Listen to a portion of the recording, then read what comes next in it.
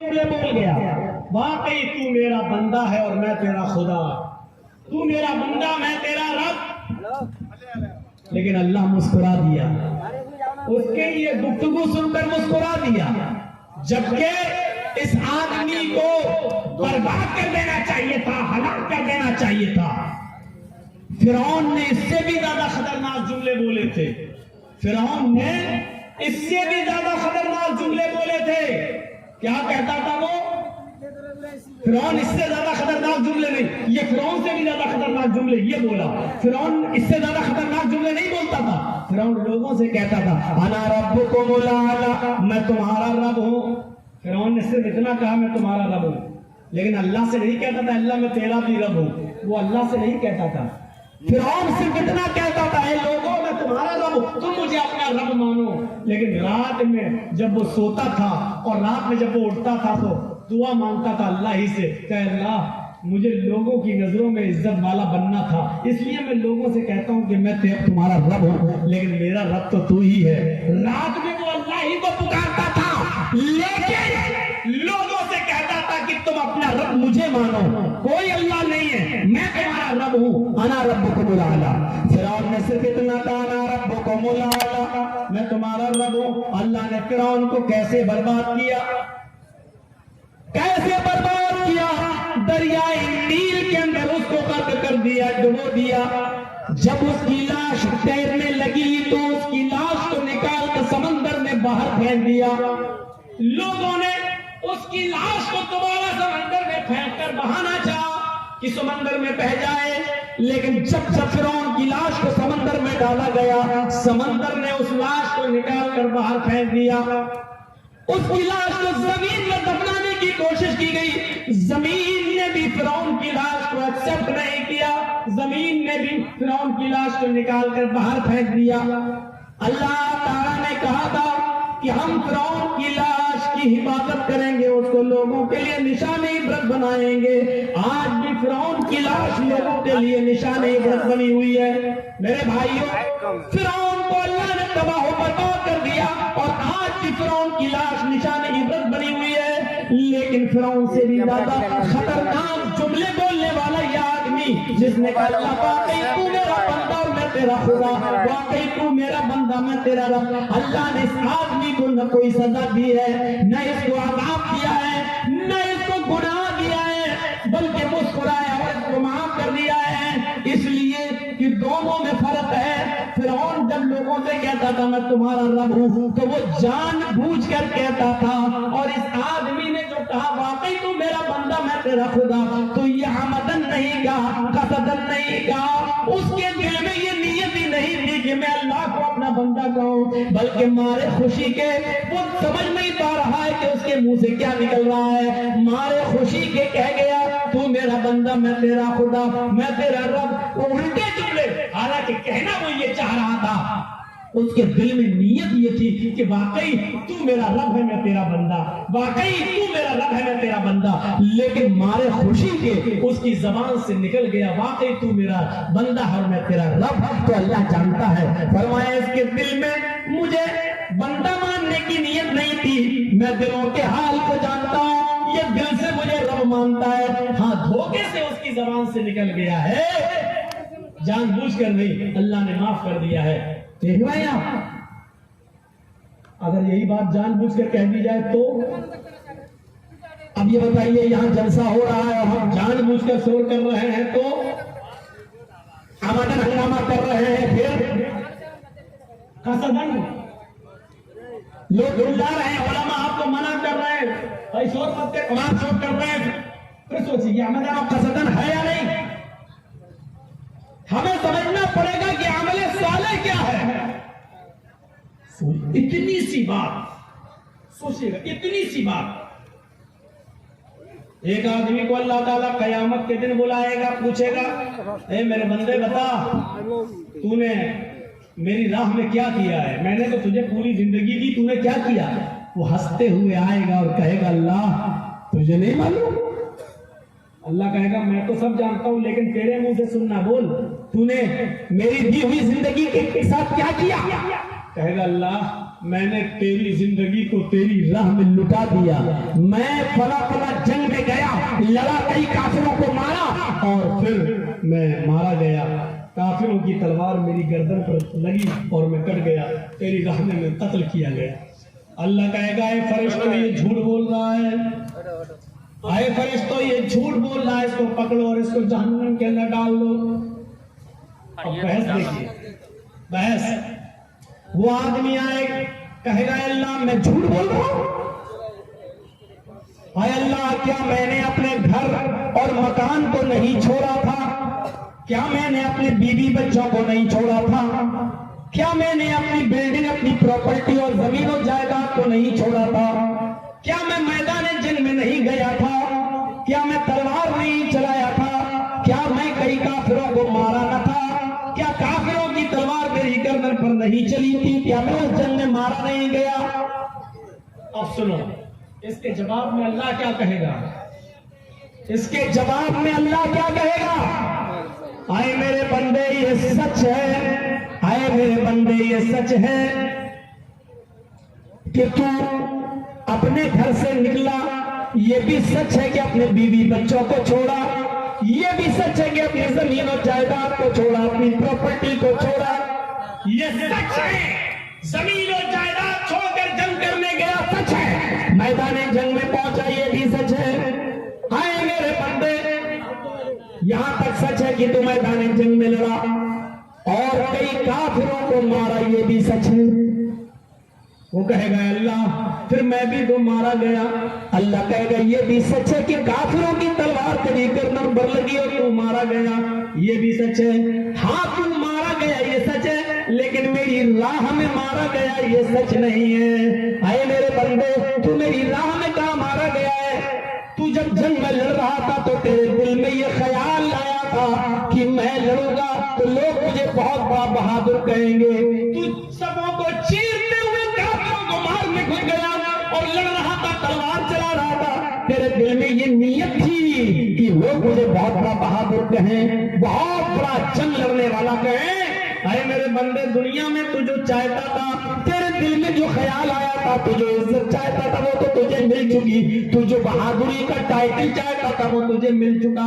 तूने मेरे लिए जंग थोड़ी लड़ी, तूने तो इसलिए लड़ी कि लोग तुझे बहुत बड़ा बहादुर कहें, बस बहादुरी का टाइटल तुझे मिल चुका दुनिया में। आए फरिश्तों पकड़ो और डाल दो इसको जहन्नम में, उस आदमी को जहन्नम में डाल दिया जाएगा। मेरे भाइयों सुन लो, चाहे कितने जलसे करा लो, चाहे जितने मदरसे खोल लो, चाहे जितनी नमाजें पढ़ लो और रोजे रख लो, लेकिन इखलास देखो।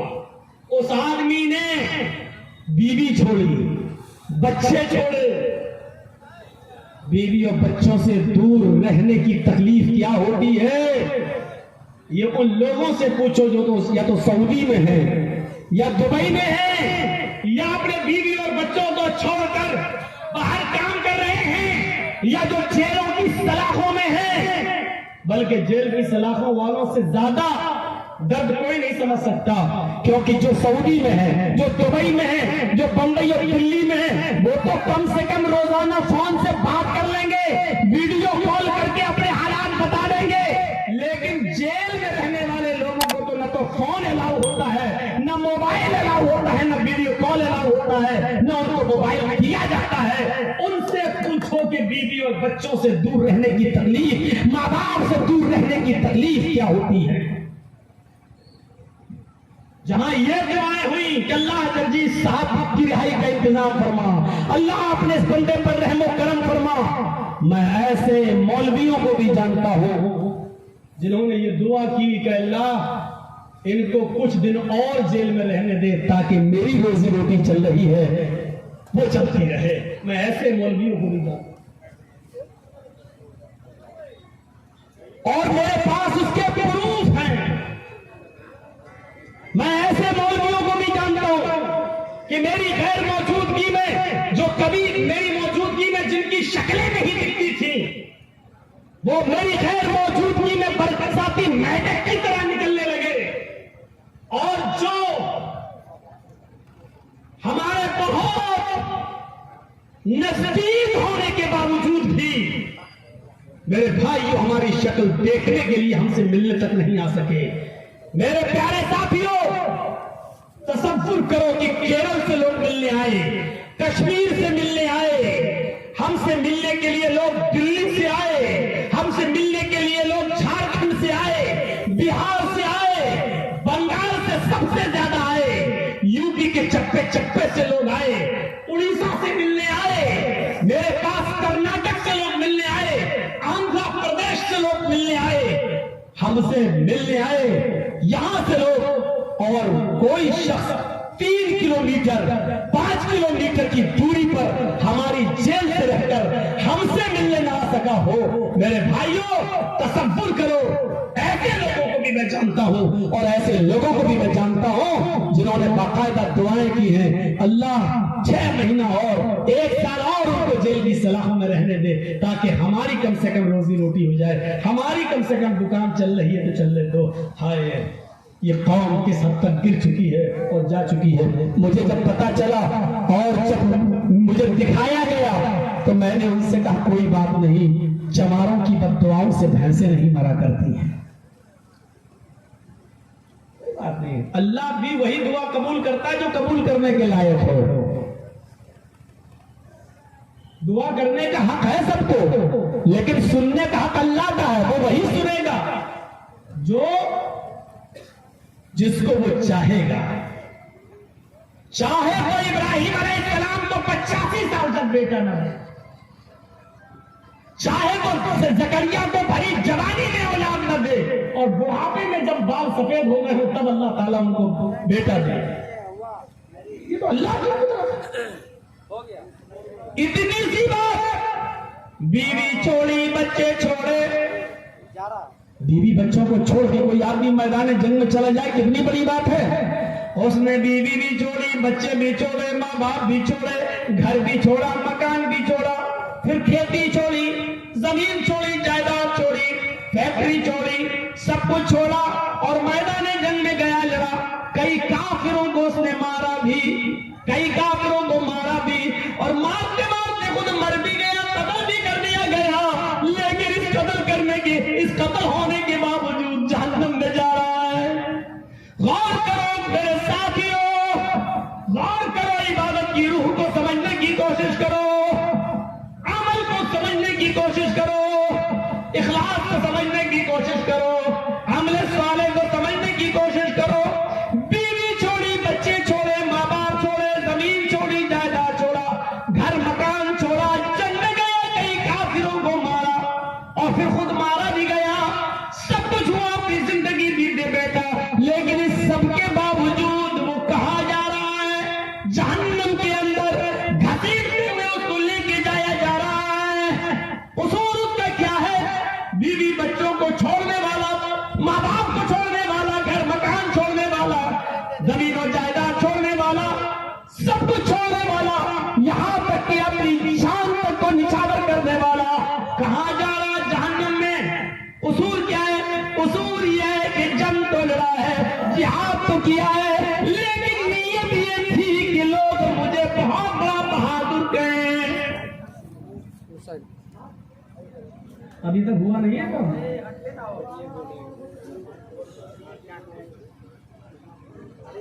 उसका क्या कसूर है जब स्टेज पे बैठे हुए लोग न बोलेंगे? उनका क्या कसूर है?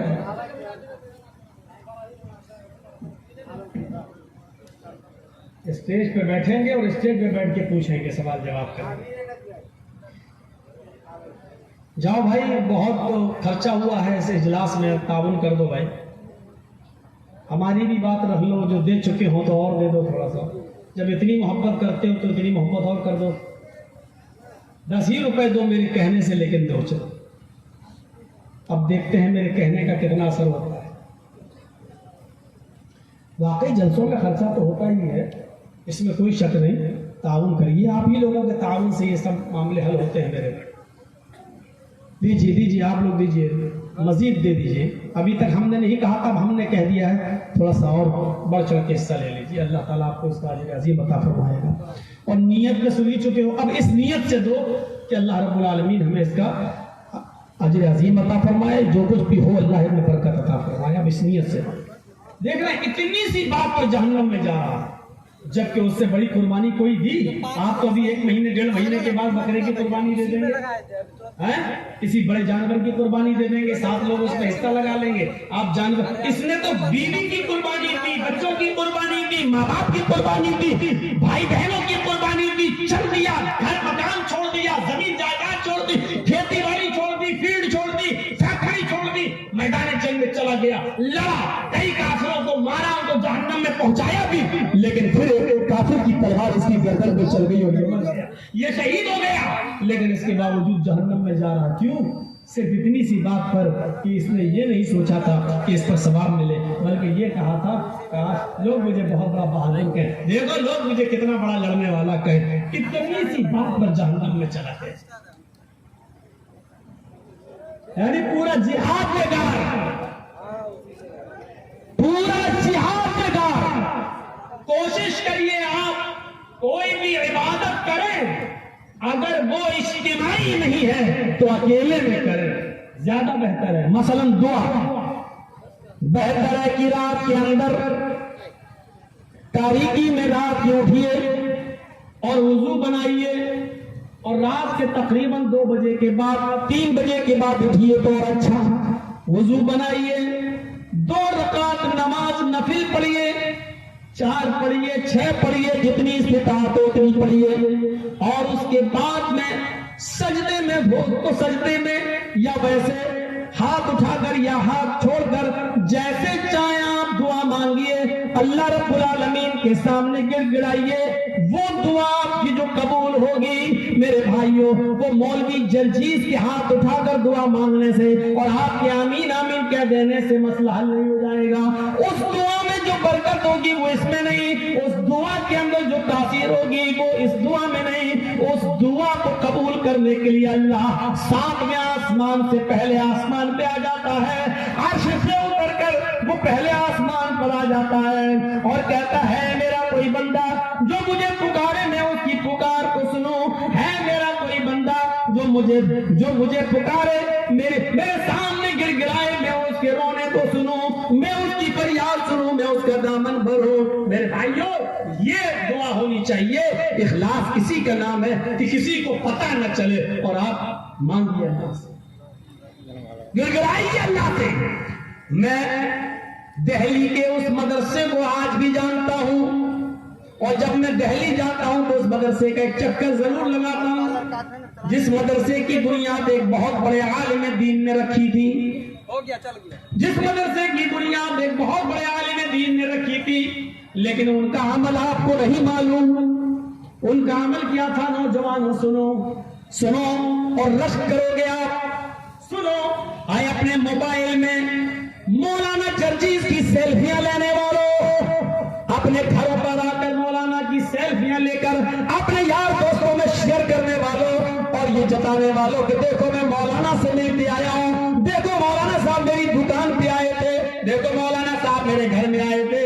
आप अपनी तकब्बुर और अपना घमंड जताने वालों, अपने मोबाइलों में सेल्फियां कैद करने वालों, फोटो को लेने वालों, सुनो अल्लाह के नेक बंदे किस किस तरीके से बचा करते थे कि लोगों के सामने मेरा चेहरा ना आए।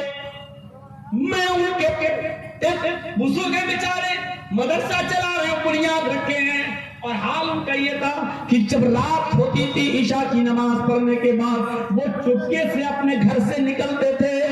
मेरे मदरसे में 50 बच्चे पढ़ते हैं, 60 बच्चे पढ़ते हैं, इन बच्चों का गुजर बसर कैसे होगा? किसी के सामने हाथ फैलाने में, ज़कात लेने में शर्म आती थी कि लोग ये न कहें कि देखो 100 रुपया चंदा मिलता, 50 खा लेता होगा, 50 बच्चों पे खर्च करता है। इस तंज से बचने के लिए वो ज़कात वसूल नहीं करते थे, चंदा नहीं करते थे, लेकिन इस मदरसे के बच्चों को कैसे पाला जाए, उनके खाने पीने का इंतजाम कैसे हो, इसके लिए वो रात की तारीकी में इशा की नमाज के बाद वो घर से निकलते थे और स्टेशन पे चले जाया करते थे, प्लेटफॉर्म पे चले जाया करते थे। उस वक्त ट्रेनें कोयले के इंजन से चला करती थी, बिजली के तार से नहीं, इलेक्ट्रिक इंजन नहीं थे, कोयले वाले इंजन हुआ करते थे।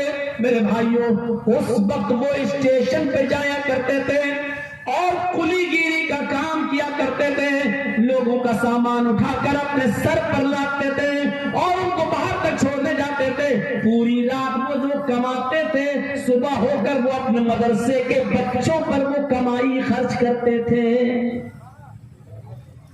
एक दिन आप इसी बिहार से कुछ बच्चे पढ़ने के लिए गए, स्टेशन पर उतरते हैं दिल्ली के, रात के 10 बजे उनकी ट्रेन दिल्ली प्लेटफॉर्म पे पहुंचती है।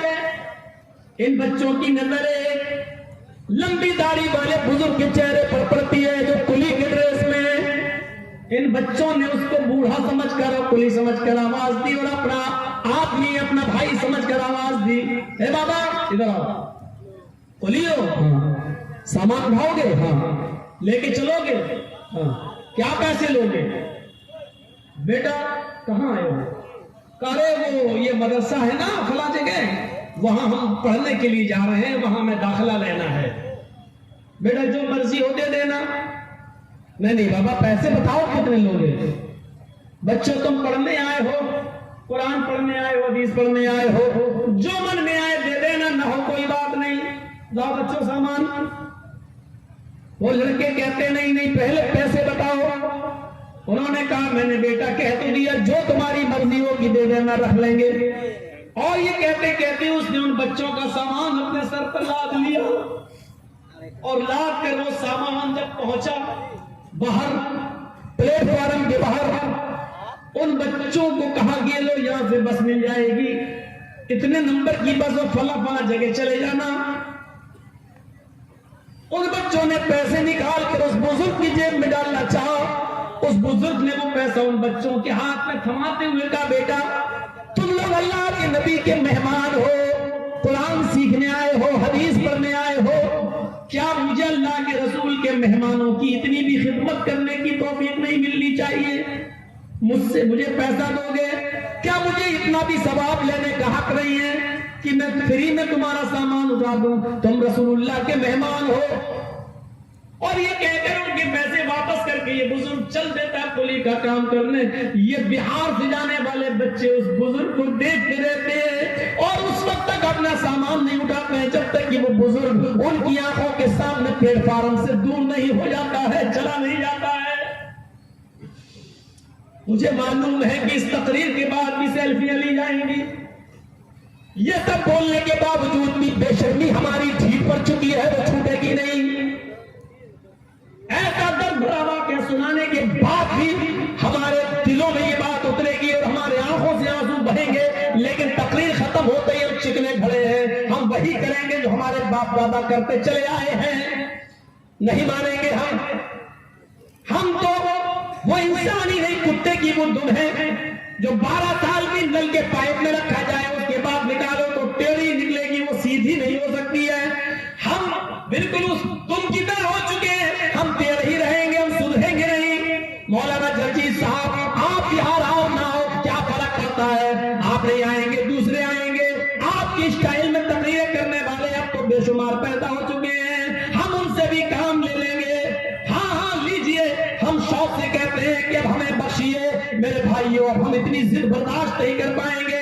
अब हमारी उम्र वो नहीं जो कभी 18 और 20 साल हुआ करती थी, हम भी अपनी उम्र के अब 45 साल क्रॉस कर चुके हैं। अब धीरे धीरे हम 2 घंटे से पौने 2 घंटे और 1.5 घंटे की तरफ आ रहे हैं। अब 1-2 बीमारियां हमारे जन्म लेना शुरू कर रही है मेरे प्यारे साथियों। अब धीरे धीरे कुछ दिनों के बाद सदारत की कुर्सी पर आएंगे और 5 मिनट के लिए बोल के निकल जाएंगे, इसलिए कि यही जिंदगी का नियम है, यही जिंदगी का उसूल है। जो आया है उसको जाना है। हमारा असली घर ये नहीं, असली घर वो है और उस घर के लिए हमें और आपको तैयारी करना है। जर्जी साहब तुम्हें बहुत इज्जत मिल चुकी है, तुमने अपनी जिंदगी के अंदर बहुत इज्जत के नमूने देख लिए हैं, लेकिन अब इज्जत के बाद तुम बुढ़ापे में भी जाओगे। अब दूसरी कौम आएगी और दूसरी नस्लें आएंगी और दूसरे लोग इसको अब इस मसलक को जिंदा रखेंगे। ये दुनिया का उसूल है, ये दुनिया का ज़ाब्ता है। हम आए हैं दुनिया से जाना भी है।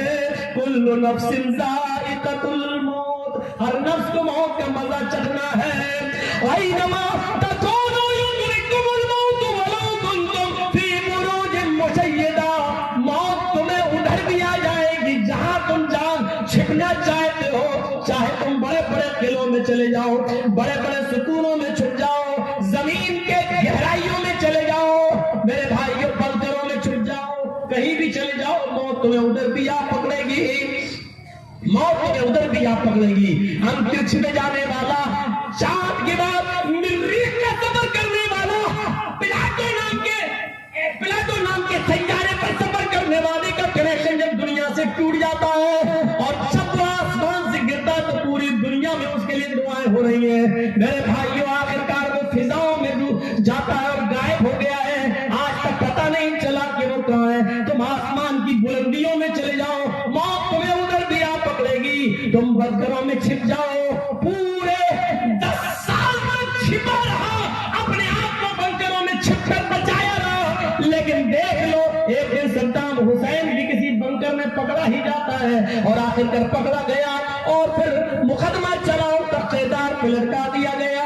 ऐनमा तकूनु युदरिकुमुल मौत, तुम जहां कहीं भी जाना चाहो चले जाओ, मौत तुम्हें उधर भी आ पकड़ेगी, मौत तुम्हें अपने शिकंजे में ले लेगी।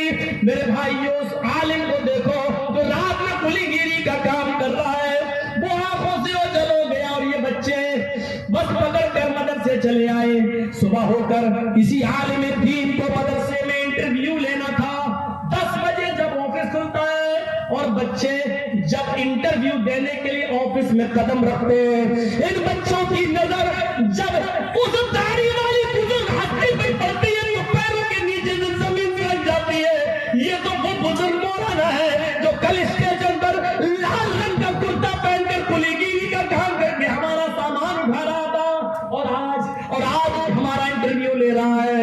आज हमारा उस मौलाना ने इंटरव्यू नहीं लिया, सिर्फ इतना कहा मेरे बच्चों तुम मेहमाने रसूल बनकर आए हो, तुम्हारे माँ बाप ने तुम्हें पढ़ने भेजा है, मैंने तुम्हारा एडमिशन कल रात ही में कर लिया है, जब तुम स्टेशन पर मिले थे मैं तुम्हें यहाँ से लौटाना नहीं चाहता हूँ। तुम्हारे माँ बाप ने जिन उम्मीदों में तुम्हें भेजा है बस उन उम्मीदों पे खड़े उतरना, कुरान और हदीस की सिपाही बनना, इस्लाम का प्रचार करना, तबलीग करना, तुम्हारा एडमिशन हो गया। और हाँ, कल जो वाकया तुम्हें स्टेशन पर नजर आया था उस वाकये को वही भूल जाना, मेरे किसी स्कूल के तालिबे इल्म को वो मंजर मत बताना। मेरे बच्चों तुम्ही को मालूम है कि मैं पुली हूँ, किसी को मालूम नहीं है, मैं चाहता नहीं हूँ कि किसी को ये पता चले कि मैं पुली हूँ और रात में जो कमाता हूँ दिन में अपने बच्चों पर खर्च करता हूँ, इस बात का इल्म मैं नहीं चाहता हूँ किसी को, इसका अजर मैं सिर्फ अल्लाह से लेना चाहता हूँ, इसका सिर्फ मुझे अजर अल्लाह तबारक व तआला से चाहिए। उस बुजुर्ग आलिम के इंतकाल के बाद मेरे भाइयों इन बच्चों ने उनकी आप बीती सुनाई और कहा कि वो तो रात में कुली का काम करते थे। इंतकाल के बाद ये इखलास है, वह अमल सालिहात, ईमान के साथ ये अमल सालिह चाहिए, ये अमल सालिह अगर हमारी जिंदगी में नहीं है तो बेकार है, बेकार है। चलते करार चलते में शोर करो, रात में आंखें खोल रहे हो, काबे के रब की कसम कोई सवाब नहीं मिलेगा। उलमा की गुहार बैठो, खामोश हो जाओ, इस पर भी खामोश नहीं होते हो और जलसा सुनने आए हो। ड्रामा बना दिया है आपने दीन का, नौटंकी बना दी है आपने इस दीन को। आपको अल्लाह के सामने जवाब देना पड़ेगा आज की इस रात की हरकत का। इस कुरान और हदीस को सुनाते वक्त तुम्हारी जो चीखें निकली और जो शोर हुआ, तुम्हारी शोर की वजह से कुरान को रोकना पड़ा, हदीस को रोकना पड़ा। क्या तुम्हारी आवाजें इतनी ऊंची हो चुकी है कि तुम्हारी ऊंची आवाजों की बुनियाद पर कुरान को रुकना पड़ेगा, हदीस को खामोश होना पड़ेगा? क्या तुम इतने बड़े इंसान हो चुके हो कि तुम्हारी चीखों पुकार के आगे कुरान बंद होगा, हदीस को रोका जाएगा? अरे करो, कहीं अल्लाह का अज़ाब ना आ जाए, ये जमीन न फट जाए और इस जमीन के अंदर कहीं तुम धस के मर न जाओ। अल्लाह के अज़ाब का इंतजार करो। आज तुमने वो शैतानी काम किया जो शैतान भी शायद सोच के हंस रहा होगा कि हमसे बड़ा काम तो आज ये हमारी इन लोगों ने कर दिया है, इन नस्लों ने कर दिया है। हम जिस कुरान को कमजोर करना चाहते थे, इन लोगों ने खुद ही कुरान को कमजोर कर दिया। आज शैतान भी हंस रहा होगा तुम्हारी इस हरकत पर, इस हरकत पर। तसव्वुर करो मेरे भाइयों, क्या इतनी सी बात तुम समझते हो? इतनी सी बात नहीं है, ये बहुत बड़ी बात है। इखलास अमल साले अपनाओ। इस बुजुर्ग आलिम दीन से कुछ सीखो, इस बुजुर्ग आलिम दीन से कुछ सीखो। तुम्हें नहीं मालूम, यहां बैठे हो 20 साल 22 साल की तकरीरें हो जाना एक आपको बड़ी अहमियत रखता है। कितनी लंबी मुद्दत तक कोई आलिम लोगों पर राज नहीं किया। मैं घमंड नहीं कर रहा हूं, अल्लाह घमंड से बचाए। कोई 2 साल चला, कोई 4 साल चला, कोई 5 साल सुना गया, लेकिन 22 साल के बाद भी हल में मजीद आज भी कई जगहों के लोग हमसे मिल रहे हैं और प्रोग्राम लेने के लिए आ रहे हैं और आए और इसी बिहार और कटिहार की सरजमीन के लिए आए। क्या ये मकबूलियत नहीं? इतनी लंबी मुद्दत तक किसी का चलना और किसी का सुना जाना ये बहुत बड़ी बात है।